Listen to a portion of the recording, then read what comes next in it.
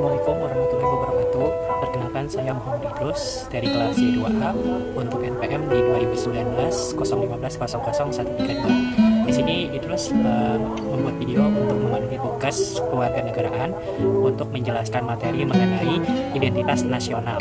Oke, kita di sini bicara tentang identitas nasional. Identitas nasional Indonesia adalah ciri khusus yang dimiliki bangsa Indonesia sehingga dapat dibedakan dengan ciri khusus dengan bangsa-bangsa lain di dunia. Nah, di sini kalau untuk bangsa sendiri ya, untuk menurut Hans Kohn dari Jerman, itu adalah hasil tenaga hidup manusia dalam sejarah suatu bangsa. Merupakan golongan yang beraneka ragam dan tidak bisa dirumuskan secara eksak gitu. Kalau bicara di sini terkait makna negara, untuk makna negara sendiri, pengertian negara ya, ini kata negara berasal dari state, yaitu dari Inggris, terus state Belanda, dan Jerman estate, Prancis statum Latin yang berarti keadaan yang tegak dan tetap.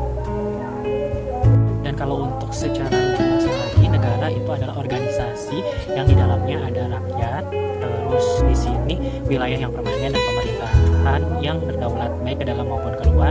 Dalam arti luas, negara merupakan kesatuan sosial masyarakat yang diatur secara konstitusional untuk mewujudkan kepentingan bersama. Terus kalau kita bicara terkait unsur-unsur pembentukan dari diri bangsa, di sini ada 3 poin ya. Poin yang pertama itu identitas fundamental adalah Pancasila sebagai kepalsafah bangsa, dasar negara dan ideologi negara. Terus yang kedua itu identitas instrumental adalah UUD 1945 dan tata cara peraturan perundangannya bahasa Indonesia, lambangnya negara, bendera negara dan lampunya di Indonesia Raya. Dan identitas alamiah ialah ruang hidup bangsa sebagai negara kepulauan yang pluralis dalam suku, bahasa, agama dan kepercayaan serta adat budaya, nilai ideologis dan falsafah dalam proses berbangsa dan bernegara. Ini kalau untuk identitas bangsa Indonesia juga dapat diidentifikasikan sebagai ini. Yang pertama negara Pancasila, yang kedua negara konstitusional, yang ketiga identitas lain dalam UUD 1945. Itu pasal 35 ada terkait bendera. Terus pasal 36 bahasa negara, pasal 36A lambang dan semboyan. Terus di pasal 36B lagu kebangsaan. Terus di sini yang keempatnya negara kepulauan yang berciri Nusantara. Terus yang kelima budaya nasional pasal 32. Di sini ada proses pembentukan bangsa juga ya, yaitu terdapat 2 model. Yang pertama model ortodoks. Nah, model ortodoks sendiri bermula dari adanya suatu bangsa, kemudian bangsa itu membentuk suatu negara seperti Israel. Yang kedua itu ada model mutakhir. Model mutakhir sendiri itu berawal dari adanya negara terlebih dahulu yang berbentuk melalui proses tersendiri seperti Amerika Serikat. Terus ini kita masuk ke materi hakikat negara.